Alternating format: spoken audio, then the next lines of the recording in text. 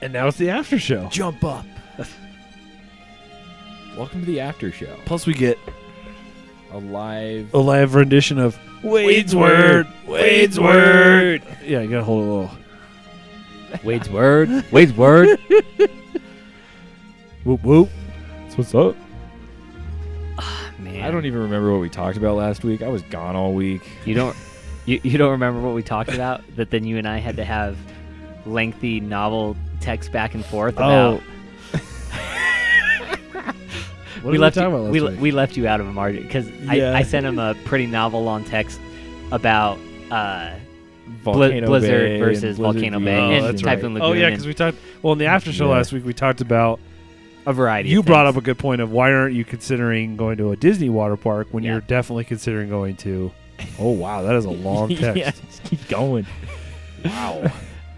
No, but it was a good conversation. I kept looking up at it, and then I like what else do I gotta say? Eventually, it was all text. So I was like, crap. So I sent it. So you had to send a new one to see what else to say. But no, I think so. We also talked a little bit about MaxPass last week, but I think just after doing, listening to you talk about these parks and which one's number one. Now we've done, other than the kingdoms. Other than Magic Kingdom at World, every park in, World. What would you say, or I guess my question would be, the kind of holdbacks to why Animal Kingdom maybe shouldn't be your favorite park? Why Epcot? No, we're not mean mugging them, man. We're not mean mugging. We said at the beginning we're not going to mean no mean mugging. And even just thinking about, maybe the way I talking about studios, either weakness in dining or attraction or shows or something like that, because when I think about it, Animal Kingdom is, and it's getting it more now, obviously. The shows I think are not very good. No. Lion King I agree with that. Lion King is great, but then the Nemo show, as we've talked about before, oh my gosh, so bad. Is so bad. It's a nice AC trip, and that's about it. And even then, it's not that AC. No, it's not. It's not. It's not a good Ellen's nap. It's not a good. And we all know I love Ellen. It's not nice and cool like Ellen. Yeah. It's not. You're better off to really go stand in line for Dinosaur and then sit rather than entry queue. Yeah. I would agree with you. The shows at Animal Kingdom aren't superb.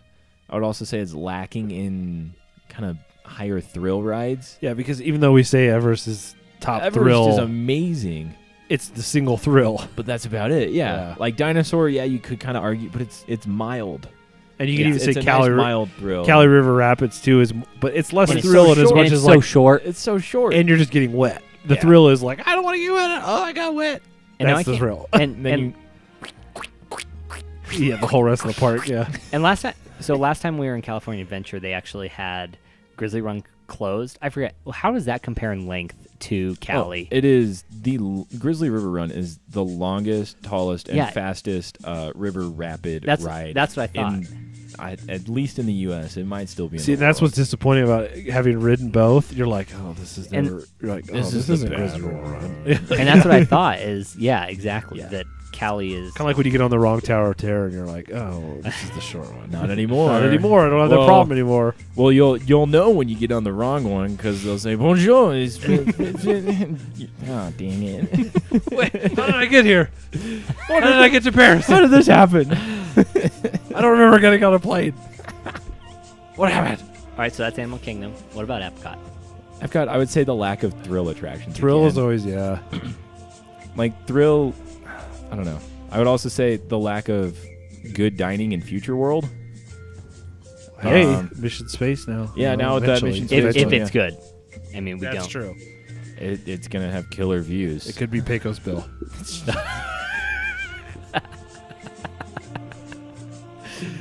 Yeah, it could be.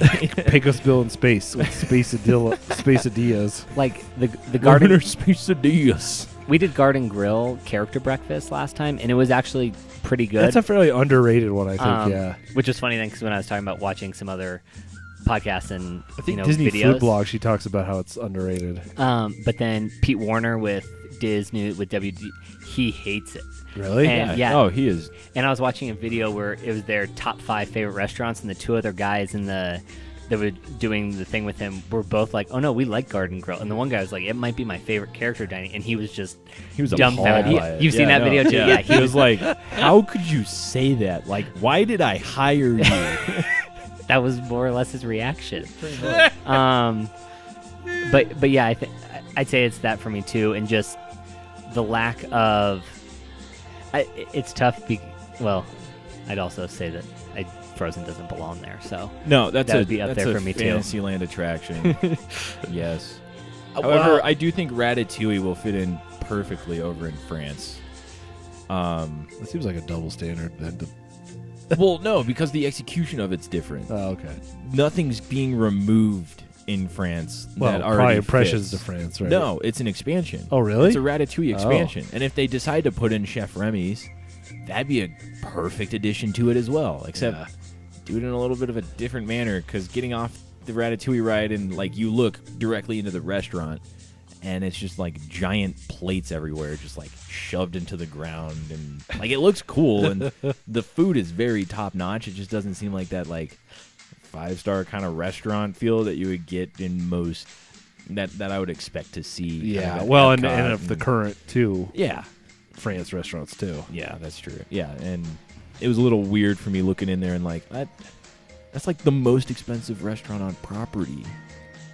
Like, why does Chef it look Remy's. like Chef Remy's is, and it's like, why does it look like that? I don't know if I would want to spend that much money to sit in an atmosphere like that. Do you remember roughly what it was? How much In the euros? price? Yeah. In euros. 25-ish for That's the lower that's end. about- For the okay. lower end Well, that's Okay. of the cheaper stuff was 25-ish euro. so yeah. So It's pretty high, I guess. Yeah. it's $29 to $30 on your lower end, kind of cheaper. See, and I would stuff. counter that point with Frozen and all that is that with kids, there's not a lot, Yeah. and that was their whole point when they talked Yeah. at D23 was that the whole family can't enjoy Epcot, and in a way, I would also say- enjoy that because I enjoy going to Epcot as an adult and treating it as an adult, like just walking around and enjoying food and wine and. Because it's the park, right, where we say if Hollywood Studios it should be your number 1 park because it's geared maybe to that teenage Thrill, yeah. early thrill. Epcot is that park for the adult, probably. That is a good point. We could actually rank them by that. Say, Magic Kingdom is for kids newborn to 10. Yeah. From 10 on, they're gonna go to Hollywood. They're gonna want to go to Probably Hollywood. Well, Animal Kingdom. At some point, Animal Kingdom transitions in there. Then maybe at 15 or 16, they start going to Hollywood Studios. And then at some point in their adulthood, they go, I wouldn't mind just walking around looking at stuff from the world and eating a pretzel and drinking a beer from Germany. Yeah. Yeah. Yeah, that's true. I would say Epcot's biggest downfall is that World Showcase doesn't cater to younger audiences. Yeah. And there's no really fantastic dining other than Garden Grill at Future Future World. World. Yeah. No, Future World definitely lacks in dining in general. There's Yeah. It's Starbucks- literally the land. It's Starbucks the land other and than Garden Starbucks. Grill. It's the land Yeah. pavilion, which has Garden Grill and Seasons or whatever it is. I can't remember, Yeah. and that is not good. No, I enjoyed it. Ooh. They We do have went- a lot of options. That is the one thing. We went during Christmas and it was at night, so I don't know if they were just Might have like been kind of scraping off all the grill stuff and like just clean the grills and they're like, we gotta cook chicken for these guys now. Yeah. But it was like all the greeneries were all fresh and everything, and I guess maybe it's been a while since I've eaten like a dinner there, because usually we're doing something over. See, and I in don't think World I've ever Showcase. eaten a full meal. I We've think I've done, gotten a like snack. breakfast. We've done like a grab a side breakfast. salad or whatever and use a snack credit to. well, yeah, if it's a grab and go like Yeah. that, it's all gonna be Yeah. garbage.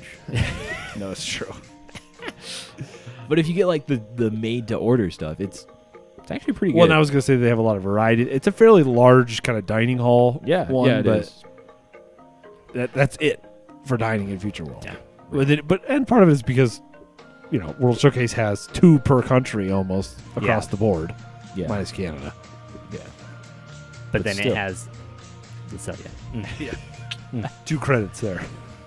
Even though one restaurant, 2 credits. Even though it's funny, because when I was thinking about that too, and I was looking at stuff and how many people said that they think it's overrated, at least for the price, and they'd rather go to Yachtsman. And I've been to both, and I think they're 2 different experiences. Would be my argument.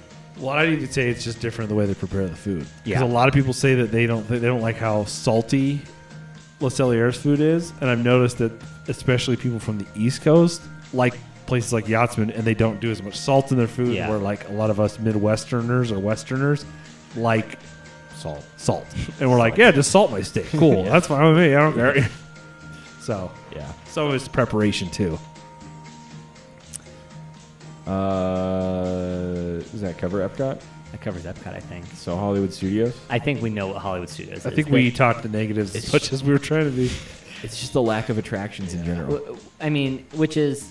That park is hard because it's in transition. Yeah, right now it is in transit. But right now, that's what it's lacking, and that's where its downfall's at. Is absolutely. It has 5 attractions and like 4 shows that are really worth watching.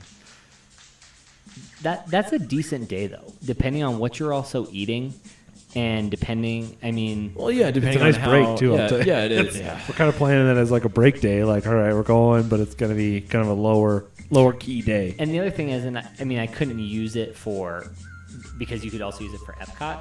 But the cool part about where Hollywood Studios and Epcot sit is that then you can go over the boardwalk too, and it's fun to just go over the boardwalk and walk the boardwalk and see the different stuff that's over there. Yeah, just also, hang out right there. Yeah. And that's not per se part of that park obviously. And you could jump to but- Epcot easily too. yeah, from there. if you want to, if you have a park extremely.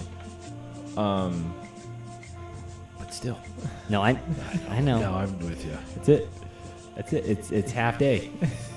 It is right now. It is, Maximum half day right now. but it is where all the thrills are. I think that's a good point. I would say all the thrills, but the majority a of them, lot yeah. of it is the most concentrated thrills Yes. of all the parks. It has the most concentrated of the thrills. Yes. Which the biggest concentration of thrills. Yeah. I wouldn't say biggest thrills because you have but- Everest. No, I'm saying biggest concentration of. Yeah.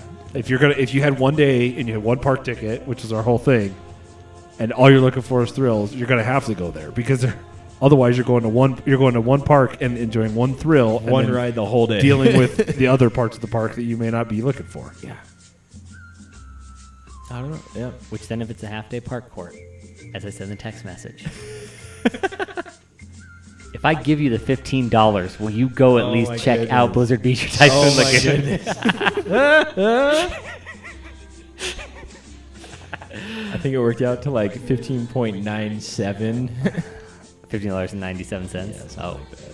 But I don't know. I'll give you the 97. Though, I'll- if that makes a difference. I'll run it by my friend and we can discuss it. I'm sure it would be probably worth it to not do it then. to not talk ad nauseum about it again. The part of my argument in the text message chain this week was that to add it onto the ticket if they're going, because you're getting a 10-day park hopper, right? 9 day. Okay, 9 or 10 day. We haven't quite decided. That it's going to be like a $15, $16 add-on somewhere in there. Cost the whole board, yeah. Total. Not per day. No. One time, $15 on top of your 10 So day correction on that episode, it's not as expensive as I thought. No. I had another thing I was going to ask. Oh, this is just kind of an interesting aside. Difference in, because did you guys mention how they finally had released tickets for Mickey's Halloween Party in Disneyland? Yeah, I think we did. I couldn't remember if that was in the news like last week or It 2 weeks probably ago. was, yeah. The tickets are like $30 more than World. The only reason I can think they did that is you can actually get into California Adventure early also. Yeah. So You just have a park hopper beginning at like 4 or something. it's on. The weird thing is they went to only 2 dates, also 2 days a week, whereas it used to be 3. It used to be like Monday, Wednesday, Friday, or Saturday. Yeah. And now it's only Friday, Tuesday. And so Friday is... That makes sense. And so what I'm wondering is also, are they letting less people in when they bumped up that price too? I doubt it. But No. No, they're just trying to get more money out. If anything, they added more people in because you have both parts. Yeah, exactly. Well, I Right? imagine that's what it is because now you're keeping the staff on Yeah. for 2 parks. Well, all they do is just keep the shift going. But I'm just saying, But if, yeah. you know. Well, I'm assuming what they're thinking though is, I mean, the people are. It's going to help disperse that 3 hours before between California Adventure and Disneyland, because once the party starts, if you're paying the $105 for Tuesday or $120 for Friday, you probably want to get over to the party to get your money's worth. Well, you still get to see. They're still doing like Cars Land stuff, aren't they? Yeah, but that's going to be there the whole time, regardless of if you're at the party versus the parade and all the other stuff. Which we actually decided we're going to do, instead of Phantasmic dinner at Blue Bayou, we're going to do Mickey's Halloween party, because we get preview seating special seating for the parade. Oh, okay. Whereas we can fast pass Phantasmic spots, which aren't quite as good as the... You still have to get there super early, regardless of when you get your Fast Pass ticket. And you can't book Fast Passes on MaxPass for Phantasmic. You can't, but you can go get the paper ones. Yeah, still. you can still get the paper ones. And they don't count against any Fast Pass holdings. They never have. Oh, that might have actually been... I can't remember if I sent the text message to Shane. I probably did. That the cool thing that hadn't been brought up about MaxPass by a lot of people yet is that as people drop their Max Passes now, they become re-available in the system. Yeah, we forgot. Times You mentioned it in the text, but we forgot to mention it last week. Which is really interesting, because how that might help to alleviate some different time periods throughout the day. Well, it's the same thing as My Magic Plus over at Disney World. But you couldn't have that with the former with paper Fast Pass. No, the paper Fast Passes generally, most of the time, people would just give them away. And you just happen to be around there at the right person, the right time, and then you got free Fast Passes for whatever, and they're good for basically an instant use most of the time. So then, in a way, it kind of did, but at the same time, I'm sure plenty of people just, I didn't use my Fast Pass, whatever, moving on, not going to end my day, not going to make or break my day, so the Fast Pass line got 2 people shorter. But if a lot of people were doing that, then it made it a lot shorter.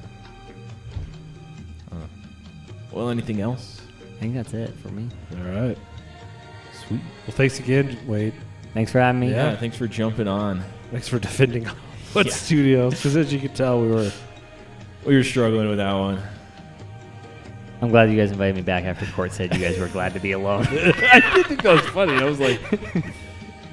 Okay. It was 2 weeks in a row that we. No, it was like I wasn't offended. Like 4 shows, wasn't it? I wasn't offended. It's your, I think it's your 3 guys' shows, thing. we recorded an extra one with Wade. Yeah. And I've kind of accosted you in the text, so you already felt a little. Even though I didn't think I'd accosted you, I think you felt accosted. I was attacked. All right. Well, thanks for joining. Thanks for joining. Bye.